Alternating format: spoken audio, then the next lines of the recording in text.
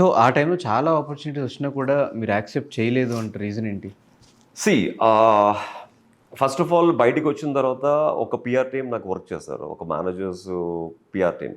హ్మ్. వాళ్ళు బయటికొచ్చిన తర్వాత నాకున్న ఫ్యాన్ బేస్ చూసి వాళ్ళు 75,00,000 డిమాండ్ చేశారు ప్రతి సినిమాకి.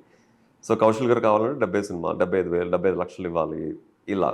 హ్మ్. సో, చాలామంది అంత రెమ్యునరేషన్‌ని ఇచ్చి ఎందుకంటే నా మార్కెట్ అనేది ప్రజలకు తెలీదు యాక్చువల్‌గా. సో, తెలియకుండా నాకు 75,00,000 ఇచ్చి సినిమాలు చేయడం అనేది అంటే నేనెప్పుడు చెప్పలేదు నాకు 75,00,000 చార్జ్ చేయండని. హ్మ్. I'm okay to do any free film also if I get a good film. నేను ఫ్రీగా చేయడానికి కూడా రెడీ ఉన్నాను. హ్మ్. బట్ ఎప్పుడైతే పీఆర్ ఏజెన్సీకి నేను సైన్ చేశానో they use to demand like that. అది స్ప్రెడ్ అయిపోయి ఇప్పుడు కౌశల్ గారి దగ్గరికి వెళ్ళాలంటే ఆల్రెడీ 75,00,000 అడుగుతున్నారంట అంటే డ్రాప్ అయిపోవడం అలాగా బ్యాడ్ అవ్వడం జరిగింది. హ్మ్. బట్ నాకు నిజంగా అప్పటికి చెప్పాను. పర్సనల్‌గా నేను ఎప్పుడు ఇంటర్వ్యూలో చెప్పుకోలేదు. But personally I felt thought నాకు ఒక మంచి ఫిల్మ్ ఏదొచ్చినా కూడా నేను ఫ్రీగా చేయడానికి రెడీగా ఉన్నాను. అండ్ నేను ఓన్లీ ఒక్క హీరో మీద ఫోకస్ చేయట్లేదు. I want to be a good artist. ఎందుకంటే నా 3 జనరేషన్స్ కూడా ఇన్ ద ఫిల్మ్ ఇండస్ట్రీ. మా తాతగారు ఎస్వి రంగారావు గారితో, జగ్గయ్య గారితో, అల్లు రామలింగయ్య గారితో ఎన్నో నాటకాలు చేశారు. మెడ్రాస్‌లో ఉండి వాళ్ళతో పాటు ఉండి సక్సెస్ అవ్వక మళ్ళీ కొత్తపల్లికొచ్చి సైకిల్ షాప్ పెట్టుకున్నారు. He is not success. Hmm. My father is all India best actor.